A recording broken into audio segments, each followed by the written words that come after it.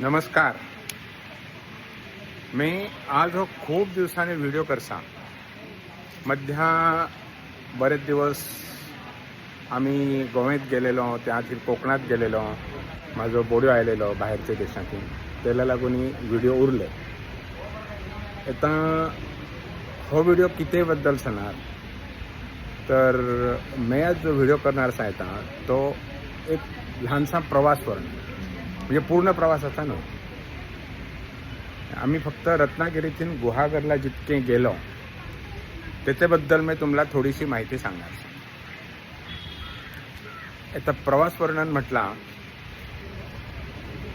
की एक ठराविक बहुतेक प्रवास वर्णना कोणी ऐकसत वाचसत त्याच्यात बऱ्याचशा गोष्टी जसं असत त्या असा एकदम सुंदर वर्णन केलेला असे. मी आता मुद्दाम थोडंसं अँगल बरोबर करणे बघसा तर असा खूप सुंदर वर्णन केलेला असे. त्याच्यात अलंकारिक भाषा असे. मी तिथे गेलो आणि मला एकदम पाहिल्यावर वाटले की जणू मी अमुक ठिकाणी, ते जणू बिणू शब्द तसले मला परवडत नाही म्हणजे मला जमत नाही. मी अलंकारिक भाषा वापरणारो नव्हे. मी इंजिनियर. मी स्पष्ट की त्याचा सरळ 25 अधिक 25 बरोबर 50 असा किता तरी सांगणार. त्यातील इतके किलोमीटर गेलो तितके किलोमीटर गेलो असा हिशोब त्यांनी सांगणार. अमुक बाजून अमुक मिनिटांनी सुटलो असा सीताराम दादा सांगत चलो. तिच्या गोष्टी ऐकण्यासारखं चलो. तो वर्णनही करीत चलो आणि हे अचूक शब्दही सांगत चलो. आम्ही बरोबर 5:02 तिथून निघालो बी असतो. तर हे प्रवास वर्णन आम्ही रत्नागिरीतून गुहागरला गाड्यान गेलेलो. भाड्याची गाडी. आम्ही आधी गोव्यातून रत्नागिरीला गेलो. रत्नागिरीत एक कर्ले म्हणी लहानसा गावचं आहे. त्या थोडे दिवस 2 दिवस राहिलो. मग त्यातून गाडी करणे आम्ही गुहागरला गेलो. वाटात जाता जाता काही गोष्टी बघित गेलो. तर त्याचा हे वर्णन.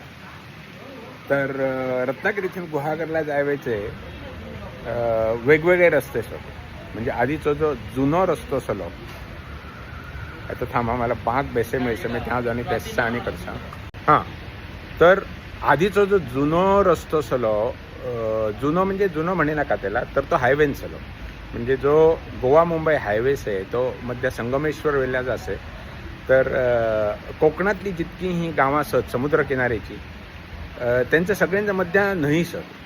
त्याला किती असे सरळ समुद्रकिनाऱ्याला जरी गाव झाला तरी बसीन आणि रस्त्यान एका गावातून दुसऱ्या गावात अगदी सरळ जाता येत नाही, सहज नाही. म्हणजे नतला आधी तर किती करायचा तर त्यातून त्या गावातून आधी हायवेला यायचा, गोवा मुंबई हायवेला. परत हायवेन पुढे जायचा आणि परत त्या गावातून ते हायवे वेल्ल्या त्यातून त्याला जायचा. म्हणजे आधीचा रस्तो कसं की रत्नागिरी वेल्ल्या हायवेला यायचा. हायवे नेमकं की पावसाचं मला नक्की खबर नाही. त्यातून मग चिपळूणपर्यंत जायचा वरता आणि चिपळूण वेल्ल्या मग गुहागरला जायचं. असं एक रस्तो सलो. मध्य वाटात संगमेश्वर लागत चालला. तर ते आता बघे गेले 3 रस्ते असत. म्हणजे पुढं नकाशा दाखवायचा हवं. तर 3 पैकी एक मधलंच आहे, एक अगदी हायवेचं आहे आणि तिसरं अगदी किनाऱ्याने जाणारच आहे. तर ह्या वेळेला आम्ही किनाऱ्याच्या रस्त्याने जायचं ठरलेलं. किनारो म्हणजे समुद्र किनारो. आता किनाऱ्याला चित्पावणीत बरोबर अगदी किती शब्द कडाकडान म्हणूया. मला समुद्र किनाऱ्याला चित्पावणीत शब्द नक्की आता खबर नाही. तर आम्ही ते रस्त्याने जायचं ठरवलं. तो रस्ता तुम्हाला एठातीन दिसते. तर आम्ही ठरलेला ते प्रमाण पहिलं आमचा स्टॉप सणार सलो गणपतीपुळे. गणपतीपुळे नंतर पुढं मध्या न्हंय वेल्ल्या नाही त्याच्या आधी गणपतीपुळेनंतर आम्ही कर्हाटेश्वर आणि जयगड बघणार सलो. आणि जयगड बघितल्यावर त्या लगेच एक फेरी बोट्स आहे,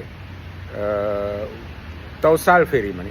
त्या तवसाळ फेरी क्रॉस करणे पलीकडे जाऊन मग त्यातील वैनेश्वर हेदवी असा करीत आम्ही गुहागरला जायचा ठरवलेला. तर मग आम्ही कसा किता केला तर रत्नागिरीला सुटलो की गणपतीपुळेला पावायच्या आधी एक बरं समुद्र किनारा लागसे. त्याला आरे वारे म्हणतात. म्हणजे एकी वाटान एक त्यामध्ये एक घाणची न्हंयस आहे. न्हंयच्या एके वाटान आरे गाव आणि दुसऱ्या पहिल्या वाटान वारे गाव. तर आरे वारे म्हणजे जो समुद्र किनारो आहे तो बरो दिसते. आता मध्य मी तुम्हाला हे फोटो दाखवणार सांग. आम्ही त्याचे काढलेले थोडे फोटो असे उभे असत, थोडे आडवे असत. त्या क्रॉप करणे दाखवले. तर आरे वारे समुद्र किनारे मध्ये आणि सुद्धा तुम्हाला इथं आधी फोटो दिसले सांगा. तर आरेवारे समुद्र किनारो बरो दिसते. त्यातून पुढे गेलं की वाटात करा तरी एक तो आम्हाला ड्रायव्हर सांगत चलो तुम्ही करणार जाल्यार करा. आता स्क्युबा डायव्हिंग बीच आहे, तर स्क्युबा डायव्हिंग सुद्धा मध्या वाटात एका बीचवर करा तरीच आहे. बीच असं नाही तो, पण त्याचा एक ठराविक स्पॉट्स आहे.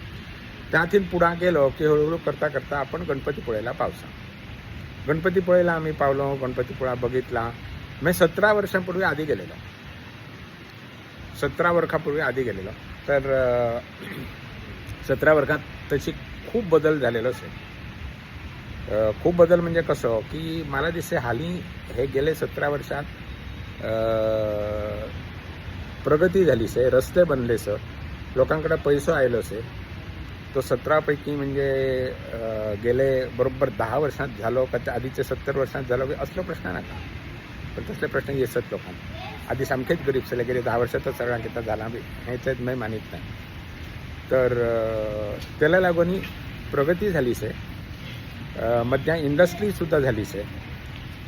मग गणपतीपुळेला पावलो की त्याच्यानंतर गणपतीपुळेला आता ही प्रगती झाली से, लोक उभे असत. त्याला लागून भाविकांची संख्यासुद्धा खूप वाढली से. त्याला लागून एकच नाही, खूपशी मंदिरांचं जो वास्तुशास्त्र असला म्हणजे त्याची जी किती त्याची बिल्डिंग त्याच्यातही बदल झालो असेल. तर मला गणपतीपुळ्याला एक मुख्य जाणवला म्हणजे ही इतके भाविक वाढले लागून त्यांच्यानी असं इथं लाईनीत राहायचं, असं लाईनीत राहायचं, बार बीर घालणे असा केलीच आहे. तर मला तितका बरा दिसला नाही. तसा करणार झाले करे हरकत नाही, गरज आहे. खूप गर्दी झाली म्हणजे मला लाईनीत लोकांना उभा राहावं लागছে, ऊन लागছে. पण त्याच्यात इतका जुना इतका बरा दिसणारा देव त्याच्यासमोर तुम्ही जडला असे लोखंडी बार घालणे कसं आहे. तर हे बार माझ्या पाठण्यात ते स्टेनलेस स्टीलचे तरी ते लोखंडी बार घालणे कसं आहे तर तितका बरा नाही. म्हणजे त्याच्यात तर सगळी त्याची शोभा जास्त आहे. करणार झाले लोखंडी बार जे लाकडी रेलिंग हवा किंवा त्याच्यापेक्षा पितळचा रेलिंग सणा झाले आणि बरा. पण असा किती तरी तकल्यात विचार येण नाही आमचे. आम्ही किती तरी करायचं सोय करायची म्हटल्यावर आधीची जी शोभा असते ती सगळी नष्ट करणे किती तरी करसा. सो त्याच्याशिवाय गणपतीपुळेच्या देवळाचे समोर जा मोकळा सरळ समुद्र किनाऱ्याकडे मोकळा असला काय नाही बहुतेक येतात. आता कंपाऊंड कसं घातणीच आहे. मी त्या अर्थान जाता येतं समोरથી असा देऊळ तुम्हाला डायरेक्ट तुम्ही येऊ शकत नाही. मी आधीचो एक नकाशो बघणी मग सांगता तो सुद्धा फोटो घालसा कितके वर्षापूर्वी त्या हाता बांधलीच आहेत. आता तर गणपतीपुळा झाला. गणपतीपुळेथून मग पुढा गेल्यानंतर आम्ही आधीसुद्धा 17 वर्षापूर्वी गेलेलो होत्या. तर त्यातला तो JSW म्हणे जी कंपनीच आहे त्यांचा काम चालू झाला. म्हणजे त्यातला काही एक नाही असे मला थोडेसे खांबसे दिसत झाले. मला इथला लहानसा किती तरी सण त्यातला दिसलेला. तर यातना बघितलं तरी तर जयगडचे जवळचं जो सगळं गाव आहे तो पूर्ण गाव त्यांच्याने व्यापलं असेल. JSW स्टील्स ही कंपनी मुळात, पण त्यांचं त्या पॉवर प्लांट झालं असेल. मला दिसला तो गॅसचं बी पॉवर प्लांट असेल. मग आता आज गुगलवरती नकाशात फोटोज बघितल्यानंतर कळला तो कोळसेचंच पॉवर प्लांट आहे, कोल बेस्ड. आणि बाहेरथीन बोटीन कोळसा येसे तो डायरेक्ट सरळ त्या येसे ते बंदरात येसे आणि त्यातून तो कोळसेंचा पॉवर प्लांटचा म्हणजे एनर्जी जनरेशन करतो. JSW एनर्जी काय JSW पॉवर किती तरी म्हणते. तर त्या त्यांचेच समोर त्यांच्यानी JSWनंच एक बरा मंदिर केली, आधुनिक मंदिर जोनाबेना. त्याचं नाव आहे जय विनायक मंदिर.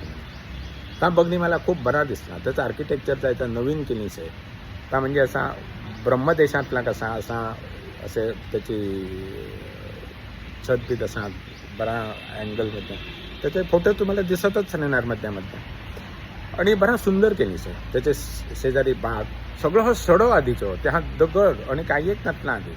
पण ते सडेत सुद्धा पाणी जर हाडला केंचे नाही जाल्यार पाणी घालणी ठिबक सिंचन आणि त्या करणी बरा सुंदर करता येते. हे त्याचा तात्पर्य. त्याचे थोडे फुलांचे फोटो घातले सर. थोडे व्हिडिओही तुम्हाला मध्ये दिसणार असत. ते देवळात त्या आम्ही असे जात असे येतात दिसणार असे तुम्हाला व्हिडिओ येताच घालसा. तर मुख्य किता की बरा जर देऊळ करायचा झाला आहे तर आधुनिक पद्धतीने आणि बरा आर्किटेक्ट सलो जाल्यार बरा करता येते. आधीच्यापेक्षा सुद्धा बरा दिसणारा करता येते. हे त्यातलं तात्पर्य. पण आम्हाला तितकी अक्कल नाही रे. आम्हाला बरा किती दिसणार नाही तर बरा तसा वापरायचा अशी अक्कल अजिबात नाही. खरंच सांगता अक्कल नाही. तर त्या किती केलीच आहे की त्या देवळाच्या समोर जुती थंयसर ती दिसो नये म्हणून त्यांच्यानी असा खालती जाऊन पाटल्या वाटान असा खालता जुती ठेवायचा केला असेल. म्हणजे त्या असा खालत्या वाटान ठेवायचा ज्या कोणाला ती जुती दिसायची नाही. पण लोक नाही खालतेच जाण नाही 4 पायरे उतरून खालता जायचं बट्टे जाव्या त्याच समोर जुती थेयचं किती उपयोग कोणाला सांगणार असं सगळं असंच म्हणायचं.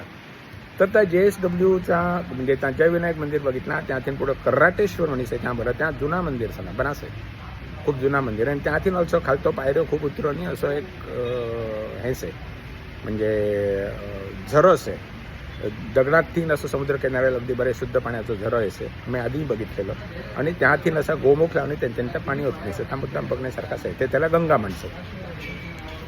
त्यातून सुटलं की परत ते JSW प्लॅन्टला पूर्ण वळसं घेऊन यावे लागते. तो तुम्ही वळसं घेऊन असे पूर्ण आले की त्याच्यानंतर तो जयगड किल्लो असेल. तो जयगड किल्लो आहे आम्ही बघितलं दुपारचा ऊन झाला त्यामुळे जरा त्रास झाला. तो किल्लो बघितल्यानंतर मग त्याच्यानंतर किल्ल्याचंच खायला वाटण परत असा पाठी येऊन फिरवणी खालता जायचा त्या ती फेरीबोट आहे तवसाल फेरीबोट त्या जाऊन फेरीबोटीला थांबलो आणि ती फेरीबोट तशी साधारण मला दिसते अर्धे पाऊण तासांनी येसे बरी सिटी आणि फेरीबोटीत गाडी घातली पेल्ल्या वाटान गेलो. मुख्य म्हणजे येतापर्यंत रस्तो एकदम फर्स्ट क्लास चलो म्हणजे स्मूथ एकदम हे तवसाळ फेरी क्रॉस केले बरोबर रस्तो जरा खडबडीत खड्डे असण्यासारा सुरू झाला. त्याच्याशिवाय रस्त्याला वळणा असत बरोबर असत म्हणजे त्या असे डोंगर अगदी रस्त्याला लागून इसत म्हणजे समुद्राला लागून इसत आणि त्याला कारण असे खूप वळणावळणांचं डोंगर लागसे.